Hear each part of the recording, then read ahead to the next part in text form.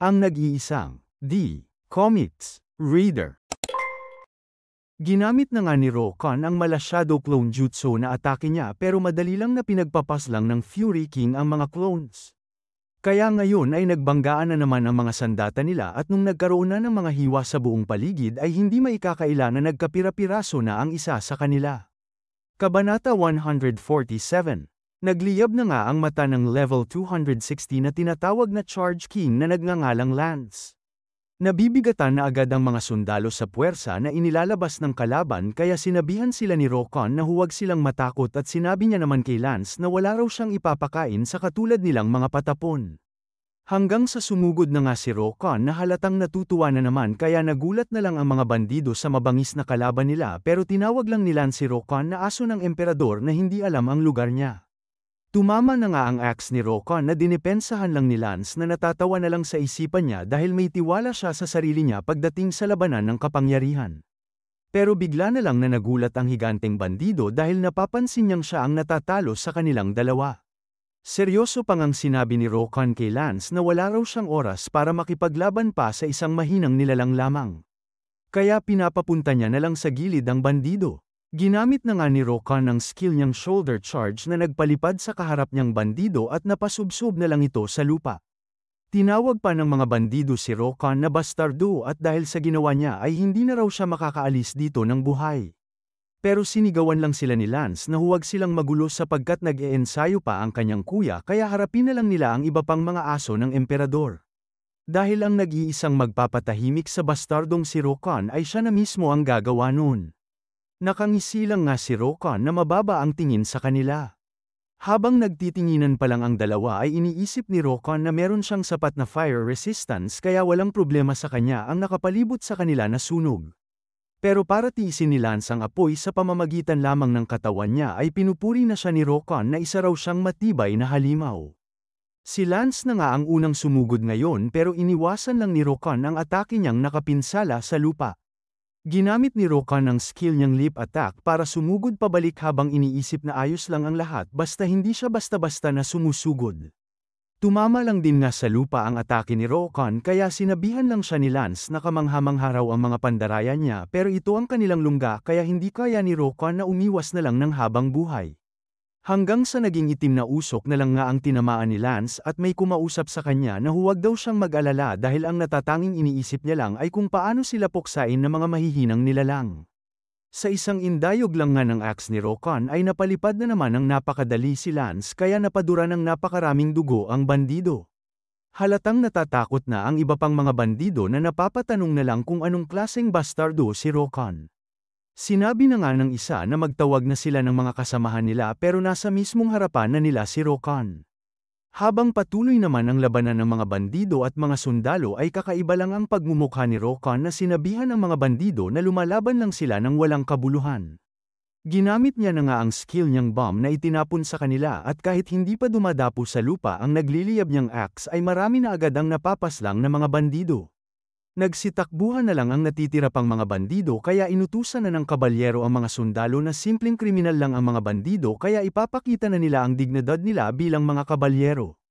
Itinapon na nga ng mga salamangkero ang abilidad nilang firestorm sa mga tumatakbong bandido kaya ang naisipan na gawin ng mga natitira pang kriminal ay putulin ang mga puno para hindi makataas ang naghahabol na mga sundalo. Nung sinipa na nga nila ang naputol nilang puno ay may biglang gumugulong ng kahoy ang papunta sa mga sundalo kaya nakilahok na ang mga level 250 na mga kabalyero na ginamit ang skill nilang crush para hiwain ng maraming beses ang gumugulong na kahoy. Na para bang nag-superhero landing pa ang dalawa at ipinagbigay alam na nga ng isang kabalyero sa kanila na naririto sila para protektahan ang kanilang bansa at mga pamilya kaya huwag silang matakot sa madudungis na mga hayop dahil kung meron man silang poprotektahan ay yun ang paglaganap ng dignidad ng emperador at para paluhurin ang mga kalaban nila. May mukha nang ang nagagalit sa kanila at yun ay si Lance na tinanong kung iniisip ba nilang mapipigilan nila ang dakilang gawa. Sumugod na nga ang bandido habang sinasabi na malapit nang makumpleto ang dakilang gawa na tinutukoy niya. Hanggang sa may biglang nagpalipad na naman sa kanya na axe sapagkat inaasahan na pala ni Rokon na buhay pa ang bandido at sa sobrang lakas ng pagsugod niya ay nakapinsala pa ito sa paligid. Kaya ngayon ay nanginginig na lang ang buong katawan ni Lance na dinepensahan ang sarili niya at nang aasar pang tinanong ni Rokon kung bakit palaging madaldal ang mga bandido. Tinalunan lang nga ni Rokon ang sandata ni Lance. Naglabas siya ng nagliliwanag na pangkamay na axe at sinabihan si Lance na tawagin na niya raw si Randor habang sabay na binato ang skill niyang bomb kaya tuluyan ng sumabog ang kinaroroonan ng higanteng bandido. Nung dumapo na si Rokon sa lupa ay halata sa kanyang mukha ang pagkainis dahil sa likod ng makapal na alikabok ay may nagliliwanag na kulay berde at yun ay ang palatandaan ng paggamit ni Lance ng corrupt na kapangyarihan. Hindi lang ang kanyang mata ang nag-iba sapagkat nagliliyab na rin ng berdeng enerhiya ang kanyang sandata.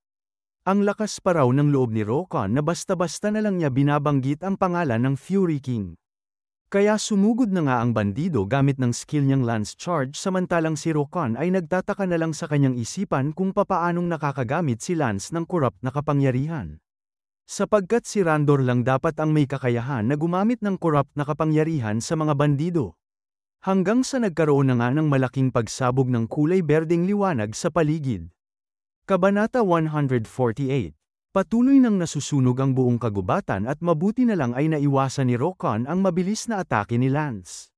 Nakakasigurado na ngayon si Rokon na nailipat din ang corrupt na kapangyarihan kay Lance. Pero nagtataka na lang siya kung papaanong nangyari yun, sapagkat ang inaakala niya ay si Randor lang dapat ang may kakayahan na gumamit ng corrupt na kapangyarihan. Ito raw ba ang epekto ng binabanggit ni Lance na dakilang gawa?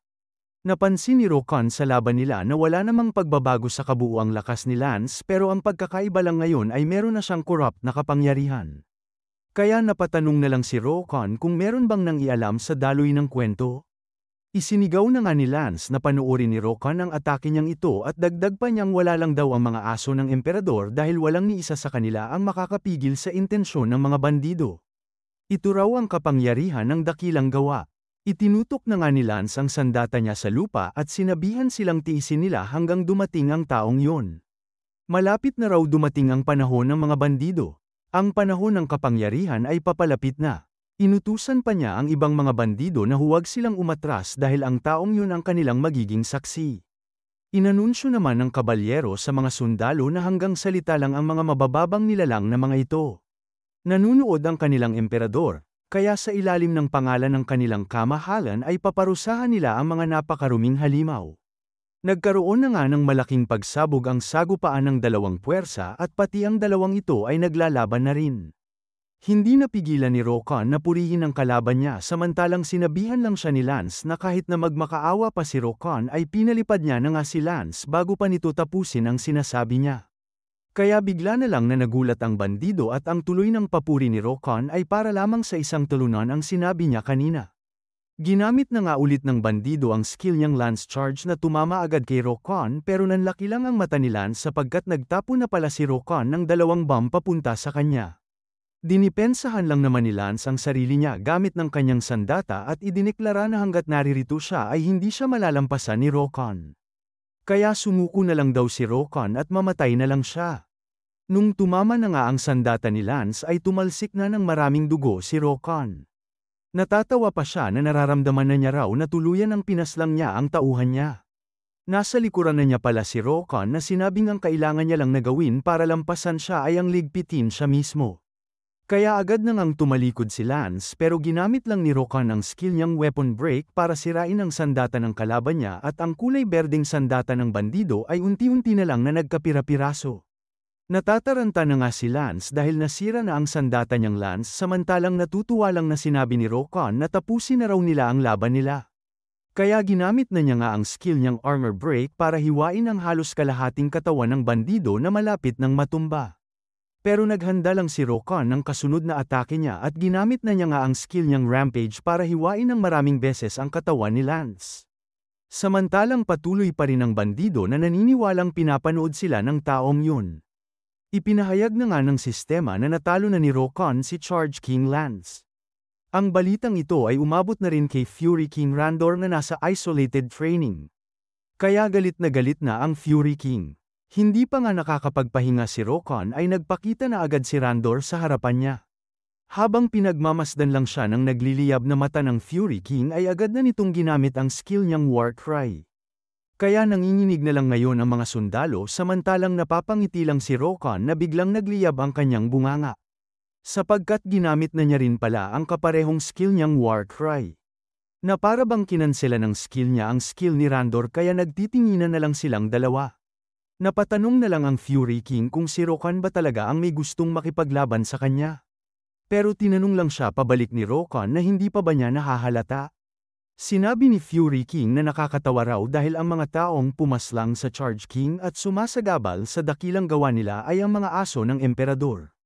At isa lamang na tuta na berserker, kaya ngumisi lang siya na pinulot ang sandata ni Lance at humalakhak ng napakalakas.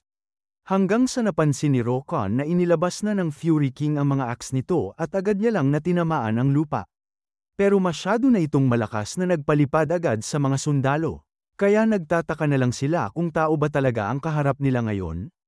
Halata sa pagmumukha ni Rokan na hindi rin siya makapaniwala sa lakas ni Randor at mistulang nagkaroon pa nga ng pagsabog sa kinaroroonan ng kalaban. Tinawag lang sila ng bandido na mga katawa-tawang mga bastardo at natutuwa pa nga ang Fury King na sinabihan silang huwag na raw nilang isipin pang makakaalis sila ng buhay. Kabanata 149. Habang nakatayo lang ang mga sundalo na pinagmamasdan si Randor ay mabilis niya lang na inindayog ang kanyang axe at sa gitna ng katahimikan ay walang kamalay-malay ang mga sundalo na nahati na pala ang mga katawan nila. Pati si Rokan ay nagulat na lang din sa nangyari at wala lang nagawa ang natitira pang mga sundalo. Sumigaw na nga ang Fury King na makinig raw ang mga kasamahan niya dahil sa gabing ito ay makukumpleto ang kanilang dakilang gawa. Pinakawalan man ng emperador ang mga aso niya para paslangin ang kanilang mga kapatid pero paano naman sila mapipigilan sa lungga nila? Kaya hinimok na niya nga na itaas nila ang kanilang mga sandata dahil walang makakapigil sa mga masters ng kabundukan. May isang bagay pa raw siyang sasabihin habang ginamit niya ang kanyang axe para sirain ang buong paligid. At yun ay ang sa sandaling matapos ang araw na ito ay mapapasa kanila itong lupain. Kaya nagbunyi na nga ang mga bandido na isinisigaw ang pangalan ni Fury King. Dahil doon ay naguguluhan na lang ang mga sundalo na hindi makagalaw dahil sa takot. Sinabi ni Randor na ang utang nila sa mga kapatid niya ay mababayaran na agad bago pa sumapit ang gabi. Kaya lumundag na nga siya papunta sa kinaroroonan ng mga sundalo hanggang sa may naganap na banggaan ng mga sandata. Nung idinilat na ng isang sundalo ang mata niya ay nakita niyang dinedepensahan na pala ni Rokan si Randor.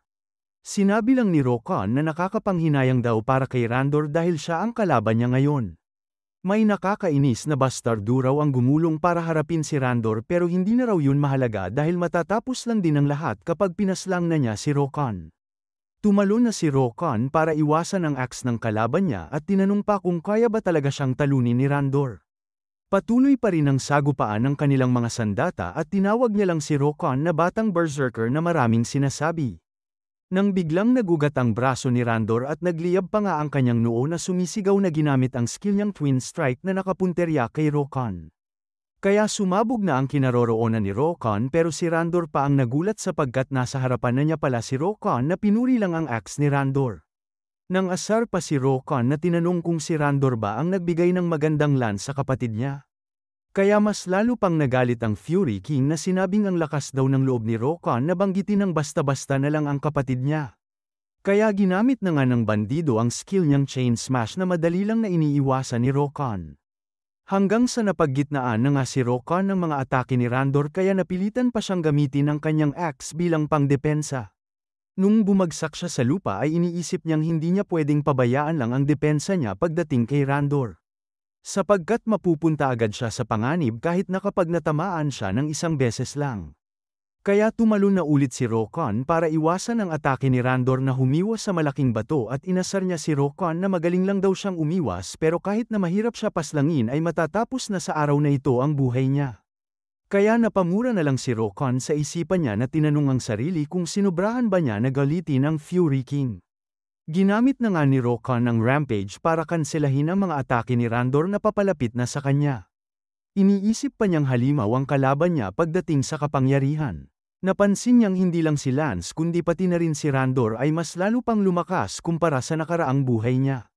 Nakapagtataka rin na kayang-kaya siyang bigyan ni Randor ng ganitong kalaki na problema kaya napatanong na lang si Rokan kung ganito na ba kalakas ang pagkahumaling ni Randor para magrebelde sa loob ng maikling panahon lamang. Ganun ba talaga kalakas na sapat na yun para sa kanya? Naimpluwensyahan ang kapaligiran niya. Habang naguguluhan si Rokon sa isipan niya ay hindi niya namalaya na sumusugod na pala si Fury King sa kanya. Dahil dun ay sinigawan siya ni Randor na walang hangganan ang kayabangan niya. Kaya napaatras na lang si Rokon at tinawag pa siyang hangal ni Randor na tinanong kung inaakala ba talaga niya na mapipigilan niya ang kanilang dakilang gawa. Habang ipinapaliwanag ni Randor na hanggat nasa kanila ang lupain na ipinangako ng taong iyon ay bigla na lang nagulat si Rokon pero agad na siyang sinugod ni Randor na sinabing hindi raw sila aatras. Habang dinedepensahan ang sarili ay nagtataka pa rin si Rokon kung sino ang taong tinutukoy ni Randor.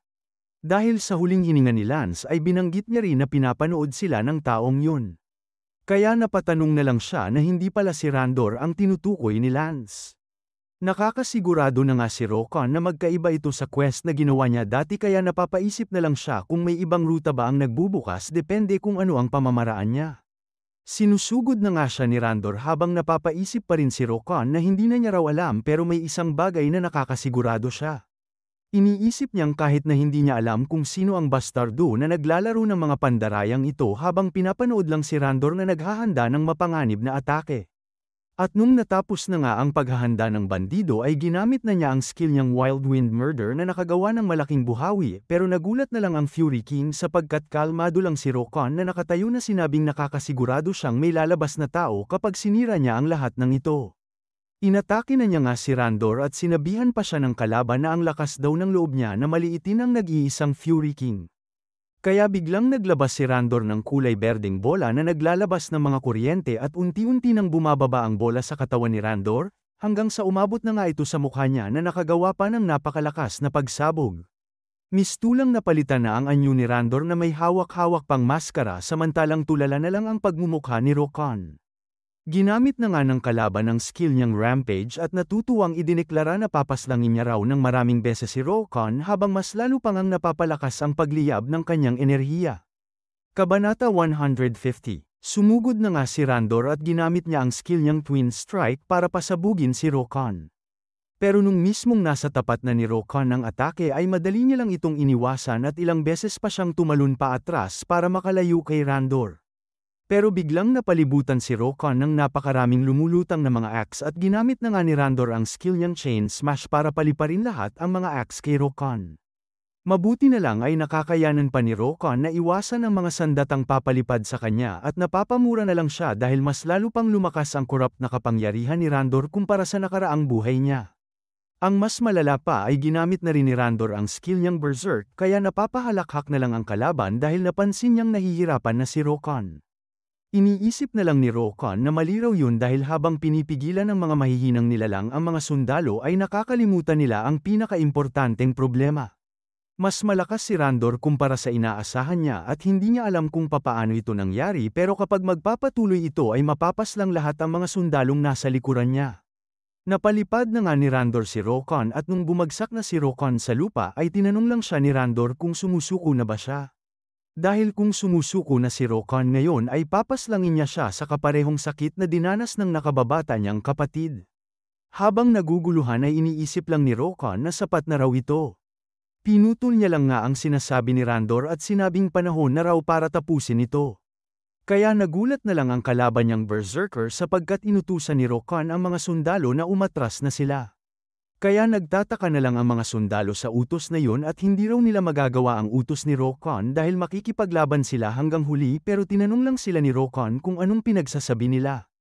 Pinadyak niya lang nga ang kanyang paa at ang gusto niya raw sabihin sa kanila ay umalis na sila bago pa sila madamay sa gagawin niya. Pinulot na niya ang kanyang espada at habang nakapatong ang higanteng espada sa balikat niya ay sinabi niya lang sa kanila na bababa rin siya mamaya. Tinawag lang siya ni Randor na bastardo dahil bakit pa niya planong lumaban hanggang sa huli. Si Randor na nga ang unang umatake pero isang puno lang pala ang nahiwa niya. Kaya nagulat na lang ang Fury King dahil nasa likod na niya si Rokon na tinatanong kung saan siya tumitingin. Tinawag lang ni Randor na hamak lang na pandaraya ang ginawa ni Rokon at nagbanggaan na nga ang mga sandata ng dalawa. Habang magkadikit ang kanilang mga sandata ay nakangiti lang nga sila na halatang natutuwa. Pero biglang may lumabas na naman na lumulutang na mga axe sapagkat ginamit na ulit ni Randor ang skill niyang Chain Smash. Pero tinawag lang siya ni Rokon na simpleng bastardo at sabay na sinipa ang pagmumukha ni Randor.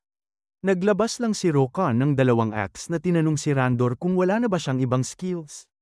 Ginamit na nga ni Rokon ang skill niyang Rampage at isa-isa na ngang lumabas ang mga pagmamay-ari niyang acts. Hiniwa na niya ang buong paligid na nakagawa ng masyadong maliwanag na pagsabog at makikita rin ang iba't ibang mga anyo niya dahil sa skill niyang Rampage. Kaya napasigaw na lang si Randor na mabilis na lumundag at sinabihan si Rokon na mamatay na siya. Sa isipan ni Rokon ay parang mukha lang na basta-bastang umaatake si Randor pero ang lahat ng mga atake ng Fury King ay nakatutok sa mga mahalagang parte ng katawan ni Rokon. Sa labanan ng 2 berserkers ay mas lalo lang daw na nagiging simple ang sitwasyon kapag ganun.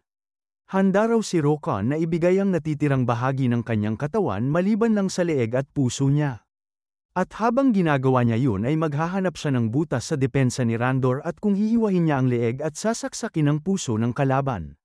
Hanggang sa maraming dugo na nga ang tumalsik dahil sa patuloy nilang paghiwa sa isa't isa kaya nagulat na lang si Randor habang iniisip pa rin ni Rokon na kapag lilipas na ang oras ay mas mauunang mamamatay ang kaharap niya ngayon. Muntikan pang ang hindi naiwasan ni Rokon ang atake ni Randor pero nagulat na lang ang Fury King dahil biglaan lang na nawala ang kulay berde niyang enerhiya. Samantalang pinagmamasdan lang siya ni Rokon sapagkat ginamit na niya pala ang skill niyang Hunter of Corruption kaya nanlaki na ang anyo ng kanyang axe, nagliwanag na ang kanyang mga mata, at mabilis na nakatapat na ang patalim ng kanyang axe sa leeg ni Randor. Na para bang wala pa ring kamalay-malay ang Fury King sa nangyayari at ginamit na nga ni Rokon ang skill niyang Berserk Murder para tigpira-pirasuhin ang buong katawan ni Randor. Habang si Rokon ay dumapo na sa lupa. Ang huling hininga ni Randor sa kanya ay hahanapin daw siya ng taong yun. Ipinahayag na nga ng sistema na natalo na ni Rokon si Fury King Randor at nakakuha rin siya ng evidence of corruption. Kasabay nito ay nakapag-level up na rin si Rokon. Nung mabilis siyang tumingin sa likuran niya ay nakita niya lang na natatakot na ang mga bandido na tinatawag pa siyang isang halimaw. Nagtataka na lang si Rokon na tinanong kung nawala na ba ang impluwensya ng korupsyon sa kanila dahil sa namatay na si Randor. Hindi na raw yun mahalaga dahil lahat sila ay magiging EXP niya lang din naman. Kaya ang naririnig na lang sa kabundukan ay ang sigaw ng mga napapaslang na mga bandido. Pagkalipas ng ilang sandali ay biglang may itinuturo ang isang sundalo at yun ay ang kanilang general na ligtas na nakabalik. Na para bang iniidolo na siya ng mga sundalo dahil iniisip raw ni Rokon ang kalagayan nila pero inilalayo lang siya ni Rokon na gawin na raw nila ang gusto nilang gawin. Naguguluhan pa rin ang isipan niya na nagtataka kung sino ang taong patuloy na binabanggit ng magkapatid na bandido. Binihag pa niya ang lahat ng mga natitirang mahihinang nilalang pero wala siyang nahanap na kahit na anong bakas. Habang iniisip ang konektadong quest ay agad na niyang tinanong kung sino ang gumagalaw sa likuran niya. Pero nagtaka na lang si Rokon dahil mga bata lang pala ang mga yun.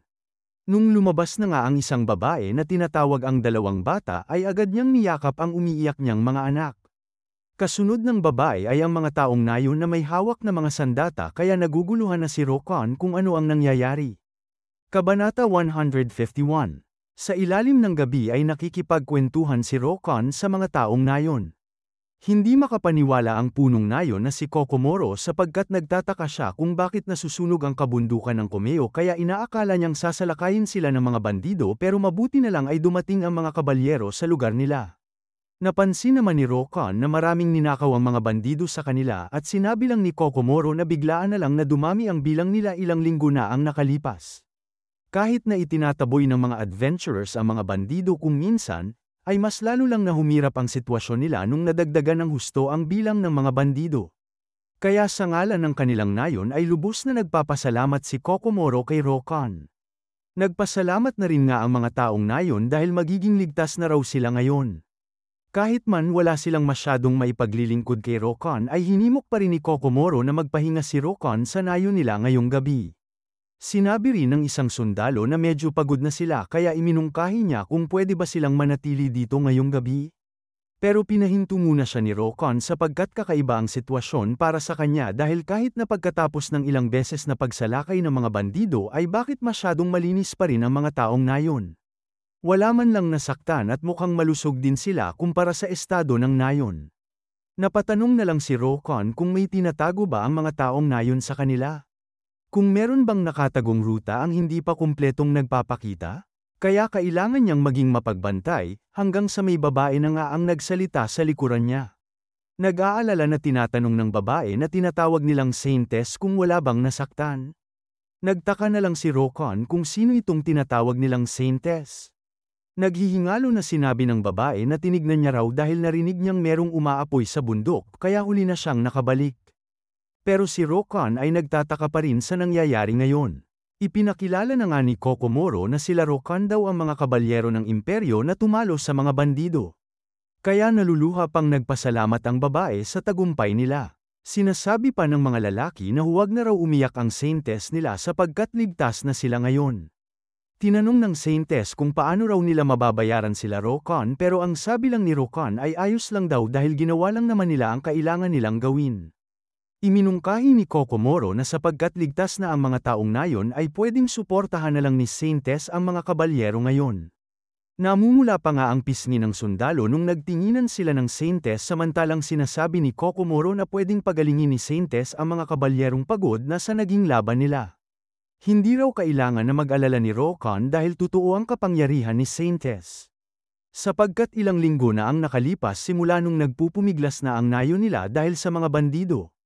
Sinisipa lang nila ang mga taong nayon at sinasabihan na sila pa ang mga nakakainis na nandidistorbo sa ginagawa ng mga bandido.